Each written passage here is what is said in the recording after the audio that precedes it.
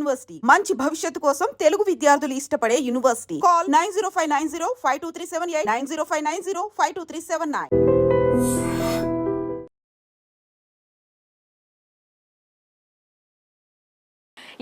Big update of India versus Pakistan కి సంబంధించిన war నడుస్తోంది. పెద్ద ఎత్తున జరుగుతోంది. నిన్న కూడా చాలా మట్టుకైతే అటు నుంచి ఇటు ఇటు నుంచి అటు ఒక యుద్ధ వాతావరణం అయితే క్రియేట్ అయిన పరిస్థితి కనిపిస్తోంది. అయితే ఇప్పుడు ఇండియన్ ఆర్మీ ఒక వీడియోనైతే రిలీజ్ చేసిన పరిస్థితి మనం చూడొచ్చు. 50 డ్రోన్లను కూల్చేశాం. భారత ఆర్మీ పోస్ట్ ఇదే.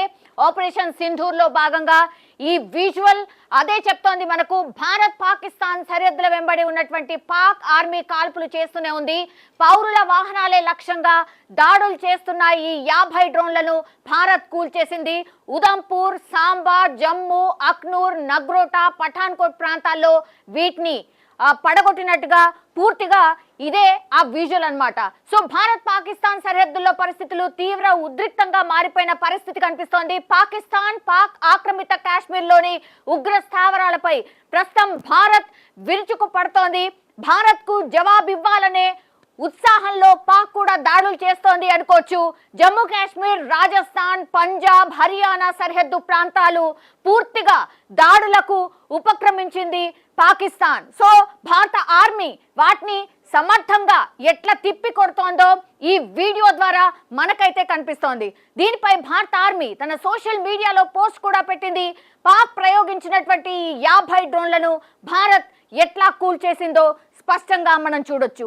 ఎలాంటి దాడికైనా మా దగ్గర జవాబు ఉంది అంటూ కూడా మన ఆర్మీ పాకిస్తాన్కి ఒక వార్నింగ్ ఇస్తోంది. అందులో భాగంగానే ఉదంపూర్, సాంబా, జమ్మూ, అఖ్నూర్, నగ్రోటా, పఠాన్కోట ప్రాంతాల్లో అయితే వీటిని పడగొట్టినటువంటి పరిస్థితి. రాజస్థాన్లోని జైసల్మీర్లోను పాక్ దాడులను సమర్థవంతంగా ఎదుర్కొంటున్నాం మనం.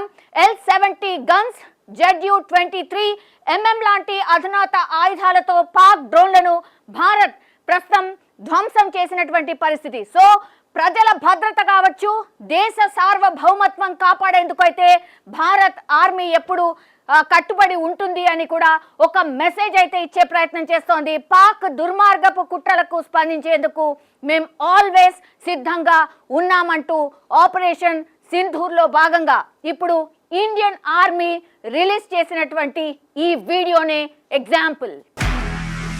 నిజంగా ప్రస్తుతం ఉన్నటువంటి సమాజం దేనికి ప్రయారిటీ ఇస్తుంది? ఆర్థిక సంబంధాల చుట్టూ మాత్రమే తిరుగుతోంది. మళ్ళీ ఎన్నికలంగానే చాలా విరక్తి కలుగుతాం.